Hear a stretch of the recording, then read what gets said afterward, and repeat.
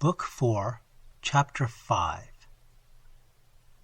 For a considerable period, the pupil of Mejnour was now absorbed in labor dependent on the most vigilant attention, on the most minute and subtle calculation. Results astonishing and various rewarded his toils and stimulated his interest. Nor were these studies limited to chemical discovery, in which it is permitted me to say that the greatest marvels upon the organization of physical life seemed wrought by experiments of the vivifying influence of heat.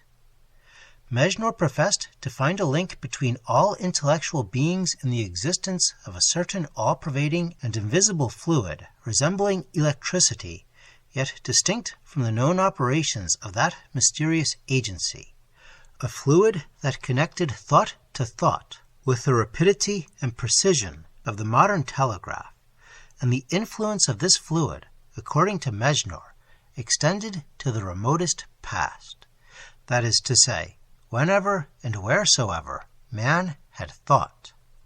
Thus, if the doctrine were true, all human knowledge became attainable through a medium established between the brain of the individual inquirer and the farthest and obscurest regions of the universe of ideas.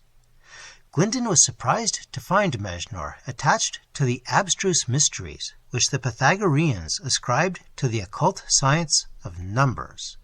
In this last, new lights glimmered dimly on his eyes, and he began to perceive that even the power to predict, or rather to calculate, results might here there is an erasure in the manuscript. But he observed that the last brief process by which, in each of these experiments, the wonder was achieved, Mejnour reserved for himself, and refused to communicate the secret. The answer he obtained to his remonstrances on this head was more stern than satisfactory. "Dost thou think," said Mejnour, "that I would give to the mere pupil, whose qualities are not yet tried, powers that might change the face of the social world? The last secrets are entrusted only to him of whose virtue the master is convinced. Patience! It is labor itself that is the great purifier of the mind, and by degrees the secrets will grow upon thyself as thy mind becomes riper to receive them." At last, Mejnour professed himself satisfied with the progress made by his pupil. "The hour now arrives," he said, "when thou mayest pass the great but airy barrier, when thou mayest gradually confront the terrible dweller of the threshold. Continue thy labors, continue to suppress thine impatience for results, until thou canst fathom the causes. I leave thee for 1 month. If, at the end of that period, when I return, the tasks set thee are completed, and thy mind prepared by contemplation and austere thought for the ordeal, I promise thee the ordeal shall commence. One caution alone I give thee. Regard it as a peremptory command. Enter not this chamber." They were then standing in the room where their experiments had been chiefly made, and in which Glyndon, on the night he sought the solitude of the mystic, had nearly fallen a victim to his intrusion.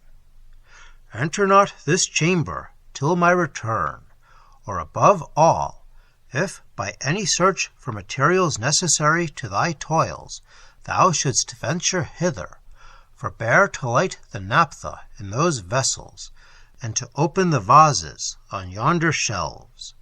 I leave the key of the room in thy keeping, in order to try thy abstinence and self-control. Young man, this very temptation is a part of thy trial." With that, Mejnour placed the key in his hands, and at sunset he left the castle. For several days Glyndon continued immersed in employments which strained to the utmost all the faculties of his intellect. Even the most partial success depended so entirely on the abstraction of the mind and the minuteness of its calculations, that there was scarcely room for any other thought than those absorbed in the occupation. And doubtless this perpetual strain of the faculties was the object of Mejnour in works that did not seem exactly pertinent to the purposes in view. As the study of the elementary mathematics, for example, is not so profitable in the solving of problems, useless in our after-callings, as it is serviceable in training the intellect to the comprehension and analysis of general truths. But in less than half the time which Mejnour had stated for the duration of his absence, all that the mystic had appointed to his toils was completed by the pupil. And then his mind, thus relieved from the drudgery and mechanism of employment, once more sought occupation in dim conjecture and restless fancies. His inquisitive and rash nature grew excited by the prohibition of Mejnour, and he found himself gazing too often, with perturbed and daring curiosity, upon the key of the forbidden chamber. He began to feel indignant at a trial of constancy which he deemed frivolous and puerile. What nursery tales of Bluebeard and his closet were revived to daunt and terrify him? How could the mere walls of a chamber, in which he had so often securely pursued his labors, start into living danger? If haunted, it could be but by those delusions which Mejnour had taught him to despise, a shadowy lion, a chemical phantasm. Tush! He lost half his awe of Mejnour when he thought that by such tricks the sage could practice upon the very intellect he had awakened and instructed. Still, he resisted the impulses of his curiosity and his pride, and, to escape from their dictation, he took long rambles on the hills, or amidst the valleys that surrounded the castle, seeking by bodily fatigue to subdue the unreposing mind.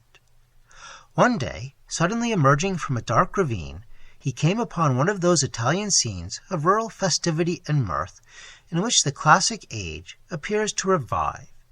It was a festival, partly agricultural, partly religious, held yearly by the peasants of that district.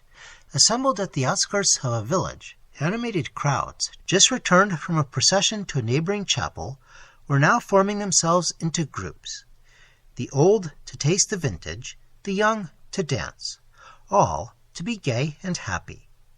This sudden picture of easy joy and careless ignorance, contrasting so forcibly with the intense studies and that parching desire for wisdom which had so long made up his own life, and burned at his own heart, sensibly affected Glyndon. As he stood aloof and gazing on them, the young man felt once more that he was young. The memory of all he had been content to sacrifice spoke to him like the sharp voice of remorse. The flitting forms of the women in their picturesque attire, their happy laughter ringing through the cool, still air of the autumn noon, brought back to the heart, or rather to the senses, the images of his past time, the golden shepherd hours, when to live was but to enjoy. He approached nearer and nearer to the scene, and suddenly a noisy group swept round him, and Maestro Paolo, tapping him familiarly on the shoulder, exclaimed in a hearty voice, "Welcome, Excellency! We are rejoiced to see you amongst us." Glyndon was about to reply to this salutation when his eyes rested upon the face of a young girl leaning on Paolo's arm, of a beauty so attractive that his color rose and his heart beat as he encountered her gaze. Her eyes sparkled with a roguish and petulant mirth. Her parted lips showed teeth like pearls.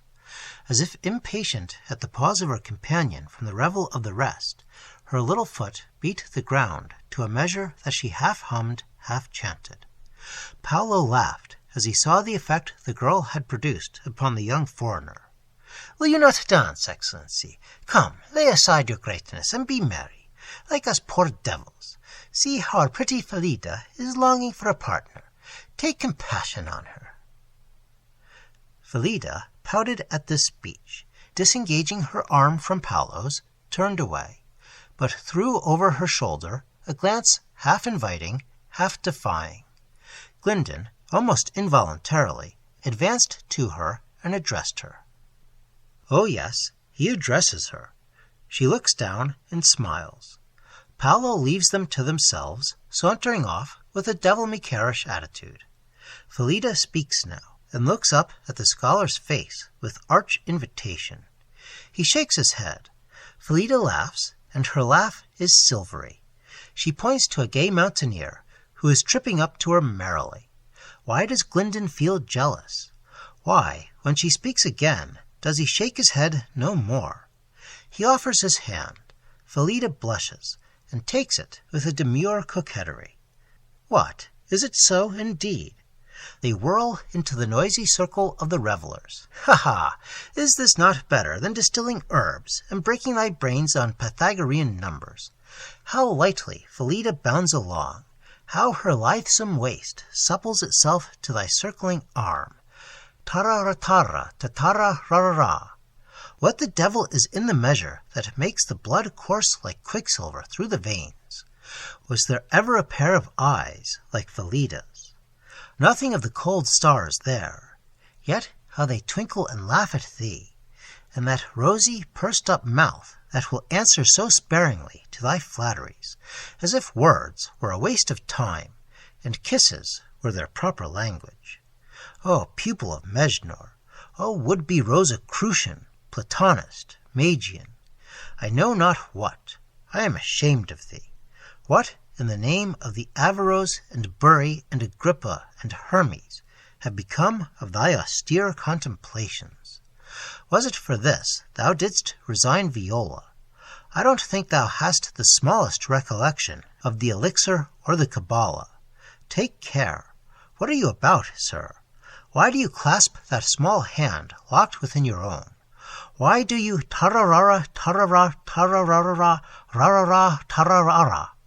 Keep your eyes off those slender ankles and that crimson bodice. Tararara, there they go again, and now they rest under the broad trees. The revel has whirled away from them.